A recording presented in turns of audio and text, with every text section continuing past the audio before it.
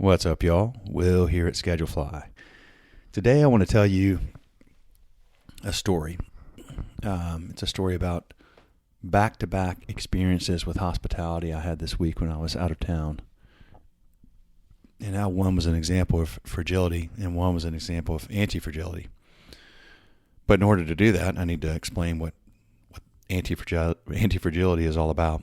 10 years ago, I read a book called Antifragile by Nassim Taleb. I've read that book many times. It's one of the most important and influential books in my life. And if you saw my copy, you would probably think I'm a little bit insane, which maybe I am, but almost every page is dog-eared.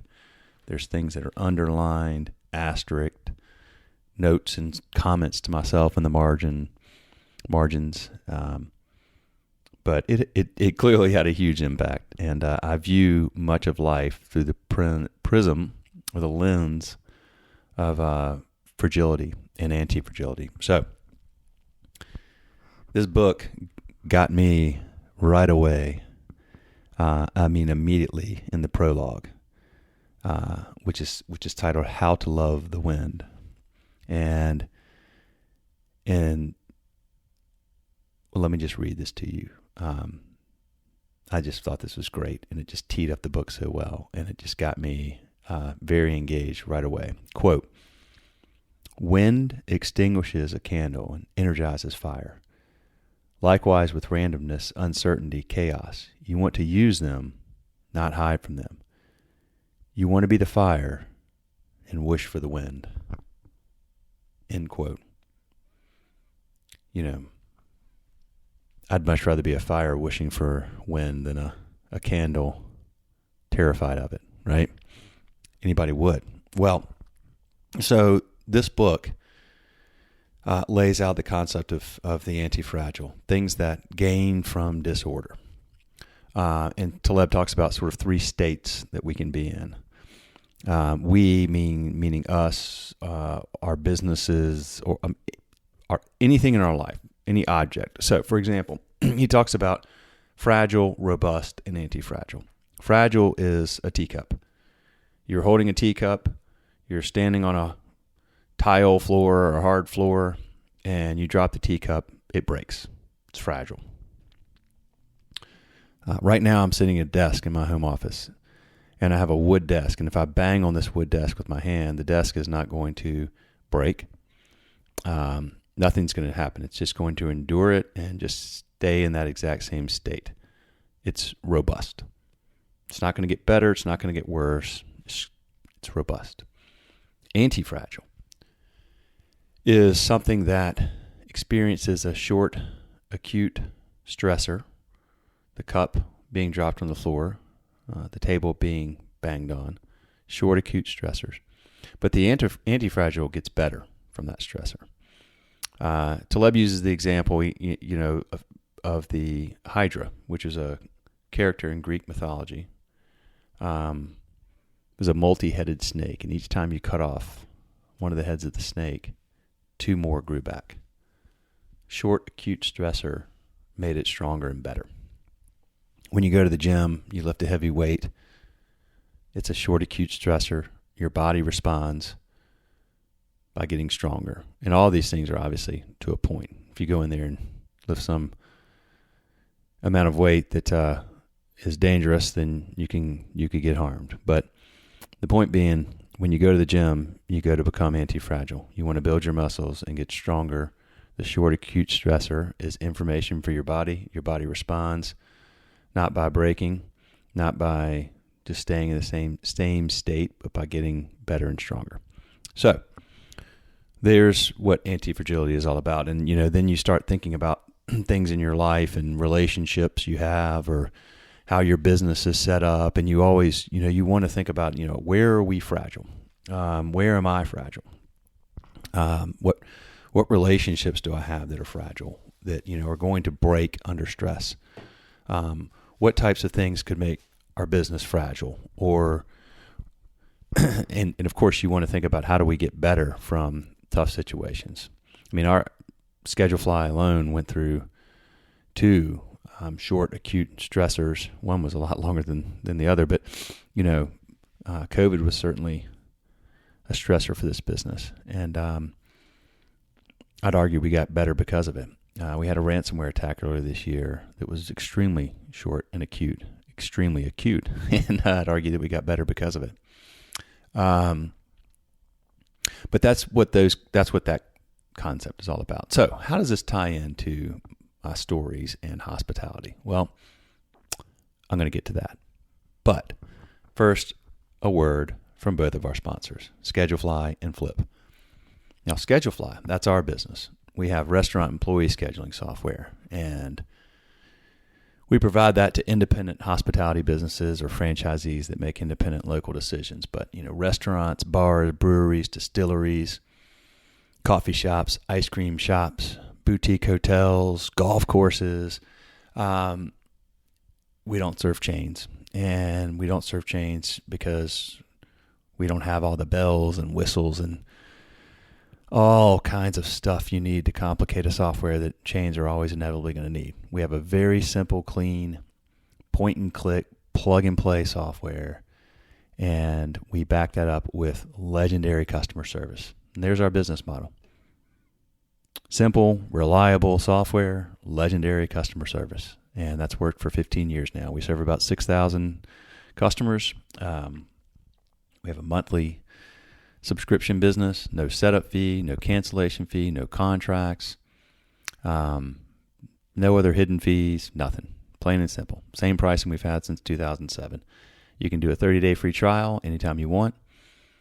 And if you love it and you want to use it, then you can start paying. We don't even get the billing on the front end of the trial. We wait till you're happy and want to move forward. If you have questions, want to learn more, my personal cell phone number is right there on the trial sign-up page. So go to schedulefly.com. If you click free trial, there's my number. If you click learn more, there's a demo on that page of Schedulefly. And I believe also on that page, there's my number. Call me, text me. I'm happy to talk. We'd love to serve you. If you're on pencil and paper or Excel, or you're using some big, overly burdensome, massively feature-laden software that's hard to use and has 1,000 things you don't need that you're paying for, give us a shot. We'd love to serve you, and we'll take great care of you. Our other sponsor is Flip, F-L-Y-P, Flip Mobile Banking. This is an awesome mobile banking platform. Relatively new company. They've been around just a couple of years. We know the guys that started it, and they've built a great product, and they've built a great company full of people that take awesome care of their customers. So right now, Flip has a checking account and a rewards-based debit card.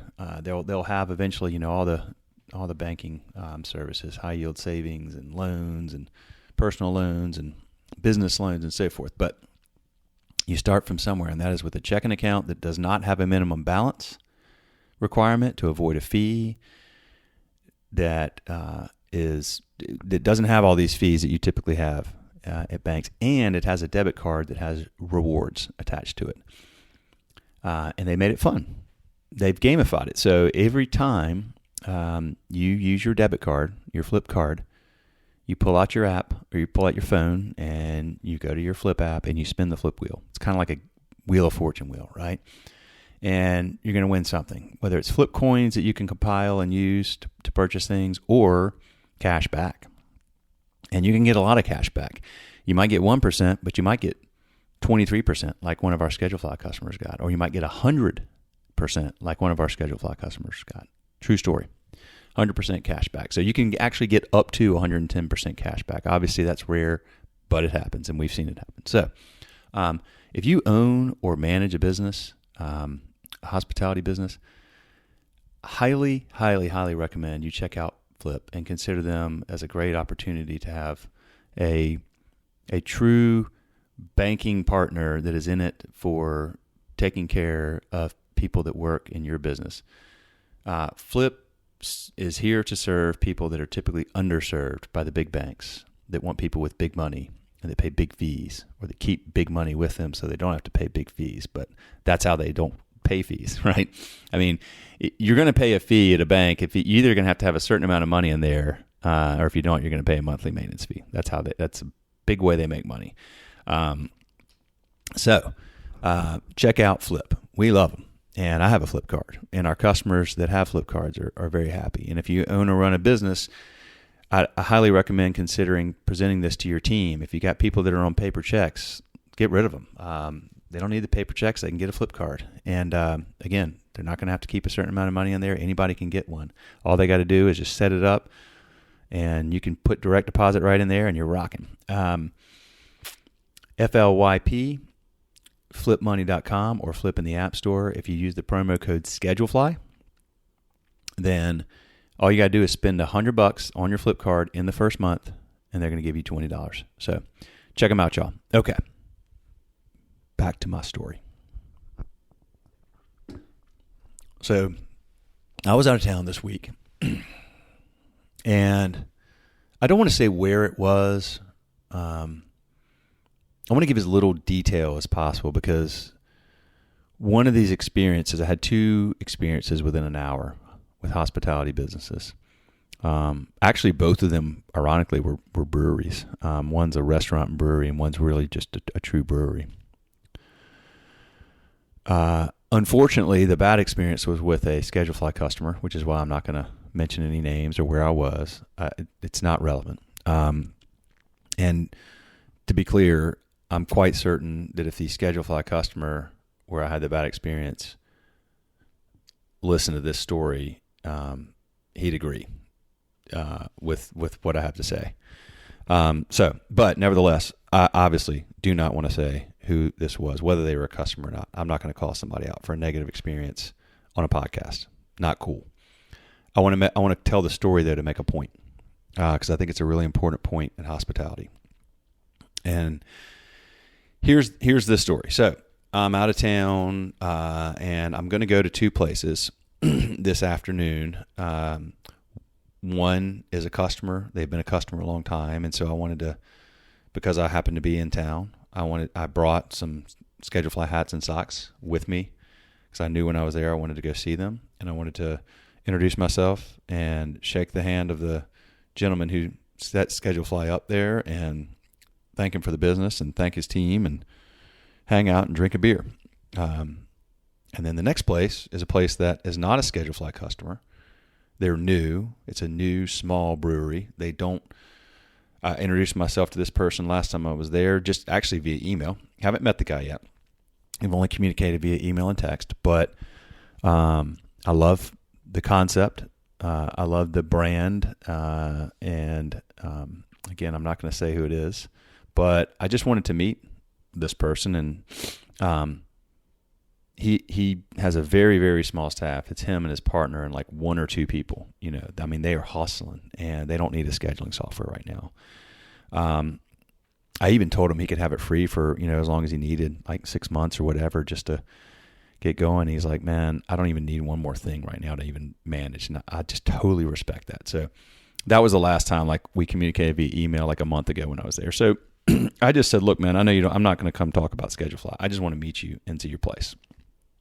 Okay. So I go to the first place. They don't know I'm coming. I just want to come in and say hello, surprise them, give them some hats and socks. And so I walk in, and there's a guy standing at the host stand in front of us, a point of sale screen. And he's looking down at that, and he's punching stuff in. And there's a server on either side. 2 young ladies, one on either side of him, and they're kind of looking at the screen too. And I walk in, and I just said, one of the servers looked up, and she's like, hey, how you doing? Welcome in. Can we help you? And I said, let me see. I don't want to use this guy's name either. So we'll call him John, because that's not his name. I said, well, is John here? And the guy, without looking up and without missing a beat, keeps punching away. He goes, yes, that's me. I was like, oh, okay. He goes, I started talking again. He goes, just give me a minute, please. I'm like, oh, yeah, no problem. So I kind of take a step back, and I'm just kind of standing there hanging out. And I was like, man, he seems kind of stressed. And those girls, he's kind of muttering things under his breath to them. And kind of barking at them a little bit, and they seem stressed, and the whole thing seems kind of stressful. I'm like, oh God. Now they're busy at the time, and but it was uncomfortable. But I'm like, okay, whatever, all good. So when he knows it's me from Schedulefly, he'll be like, oh, cool. They've been a customer for like 7 years, right? So he eventually gets done with what he's doing. He looks up. He goes, what can I do for you? I said, hey, John, I'm Will with Schedulefly, and I happen to be in town. I just wanted to thank you. And I started to reach my hand out to shake his hand. And he literally looks at me and he goes, really? 2 weeks before Christmas? I didn't know what to do. I literally was so stunned that he said that. I just kind of sat there a minute, and then I thought to myself, this guy thinks I'm here selling something. So I'll clarify. I'm like, no. John, I'm Will with Schedulefly. I was just here to thank you for your business. He goes, yeah, I got it. You're with Schedulefly. I see your hats and socks there. You want me to hand those out? I was like, yeah, I do. I'm sorry to interrupt. I apologize. I'm here from like another state, like multiple states away, right? So I was like, I just happened to be in town.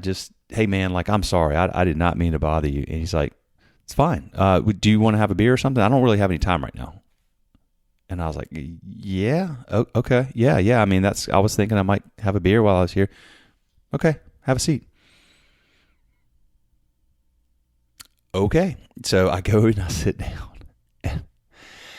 My plan was to have a beer, and I had like 3 or 4 emails I wanted to send out. So I had my laptop. I was going to pop on the Wi-Fi, hang out.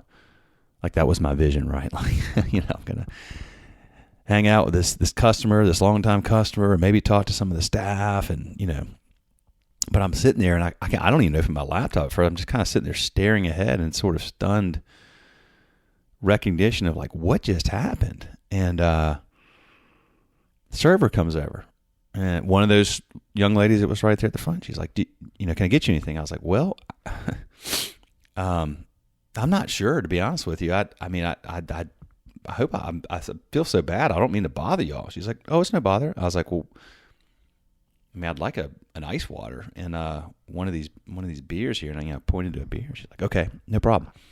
She comes back a couple minutes later, brings the ice water and the beer, and she goes, well, John said the first beer's on him. And I sat there for a second, and I thought about it. I was like, thanks, but I think I'd like to just pay for it myself. And she's like, oh, okay, all right. And she walks off, and I'm still just kind of like, I'm kind of pissed, wow. And by the way, if you walk around selling anything to restaurants, I have so much respect for you. And I always have, but that has got to be hard, because I'm sure you're dealing with stuff like that a lot. And, so, hats off to you. Well, about 10 minutes later, I'm about done. I only had like a sip or two. I didn't even want the beer. I'm just kind of like, the whole thing just kind of threw me off. I just was just disappointed, and I didn't really want to be there. So he comes over and puts his hand out, shakes my hand. He's like, Will, sorry about that. I had a lot of things coming at me at once, and when I have all this coming at me at once, sometimes I just kind of freak out and I stress out. And I'm like, oh, okay, I understand, man. Well, here's the thing. That kind of stuff happens all the time in hospitality. And that's why I have so much respect for people that do hospitality really well. Because I would probably do like Mark does, not Mark, John. I'd probably do like that. I would probably react like that certain times, which is why that's why I'm not in hospitality.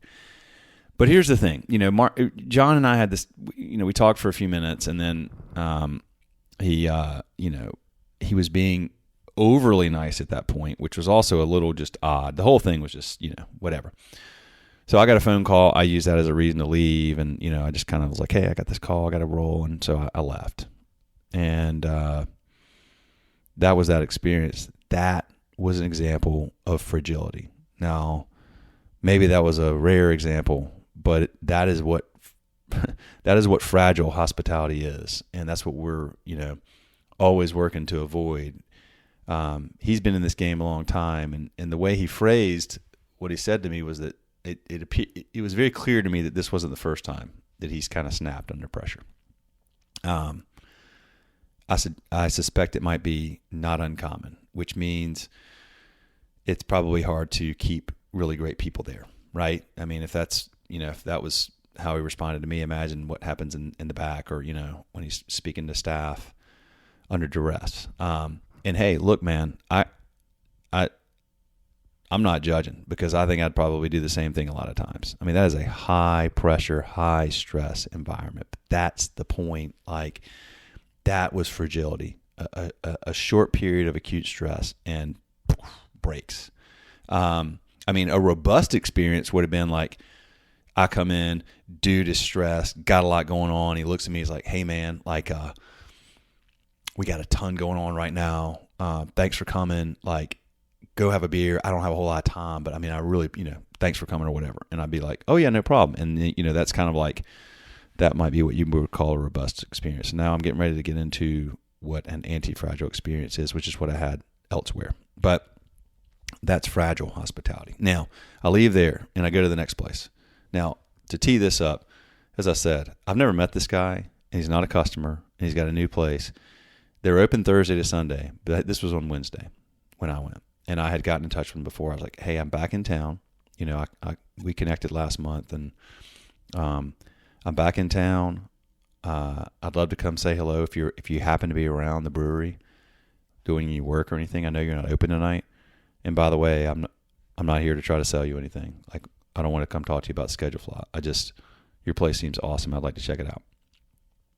So he responds, and he's like, I'll be there this evening. We have a private party from 6:30 to 8:30. I'll be there beforehand setting up. I'll be there afterwards cleaning up. Definitely swing by. I'm like, all right, dude. I'm going to be there at 5:45. And I'm literally not going to stay but a minute. I'm going to say hello, shake your hand, pop my head in the door, look around, and leave, because you got to focus on that. He's like, cool, no sweat, man. I'll see you. So I go up, and this is on a kind of a busy street, and I'm standing on the street on the sidewalk, and I'm looking in the windows, and this place looks freaking phenomenal. And I see this dude and his business partner, and they're hustling. His business partner's sleeping on the floor. He's running around like battening down the hatches and just tidying up, and just, they got this big private event coming in. They want this place to look like freaking phenomenal, right? So he's getting everything ready. He's hustling around. He's like running down the stairs. And I'm sitting there thinking, dude, I ain't going in, man. Like, they're too busy. They don't need me, messing with their flow. But he looks up, and he sees me standing out there, and he opens the door. He's like, Will? And I'm like, yeah. He's like, come on in. I'm like, dude, y'all look really busy, man. It's all good. I'll be back in a month. I can see you then. Like, he said, no. Come on. So I go in, and he gives me a tour. And he shows me the whole, all of it. We go back into the coolers. He shows me all the equipment, everything, all of it. And he's present. He's looking in the eye. He doesn't seem to be like wanting to do anything other than for those few minutes, just talking to me. And I made sure that, like, I was like, we got done with the little tour, and I just told him how cool their place looked. And I was like, okay, guys, I'm going, because y'all got to get focused. Like, do your thing, and good luck. He's like, hey man, really glad you came by. That, coupled with what happened a little bit later, is very anti-fragile, because he actually, later that night, he texted me. He's like, dude, I'm really glad you came by. And next time you're in town in a month, he said, make sure you're here on a Thursday to Sunday if you can, and come by and let's have a beer and just talk and hang out.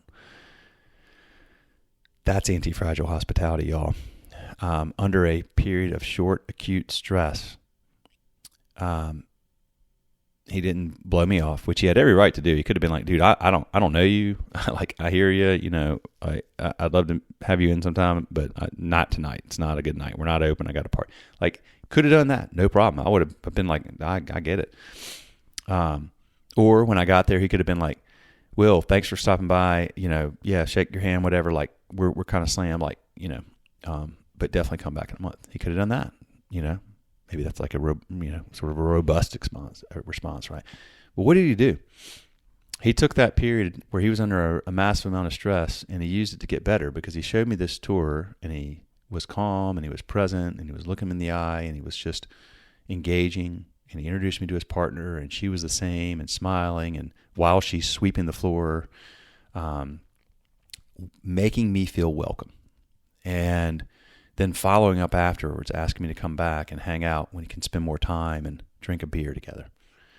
What does that mean? What does that do? What that does is he used that period to be better, for his business to be better, because now he's got me, who went from like interested party to loyal fan already. And I've never even, oh, by the way, I bought a hat. Like I wear trucker hats all the time, and I have way too many trucker hats, but I bought a hat and I've been wearing it every day since then. I love my hat, and I love the story that comes with the hat. And I've told multiple people this story, and everybody that goes to that town where I was, or that is in that town that I know, I'm always going to say, you got to go to this brewery. You got to go to this brewery. Check out this brewery. His business benefited from stress, grew better from stress. That is anti-fragile hospitality, and that is what true, beautiful, amazing, wonderful hospitality is at its core. Is that we are, I say we, let me rephrase that, you, all of you who provide that kind of hospitality. I don't know if I could ever do it, but you, under extreme amounts of short periods of extreme stress, when the freezer, is out in the back and one of the cooks quit on the job and all this stuff is going on, you still make us feel welcome. We come in and you look us in the eye, and you're present, and you're helpful, and you're glad we're there, and you try to make us feel welcome. That's great hospitality.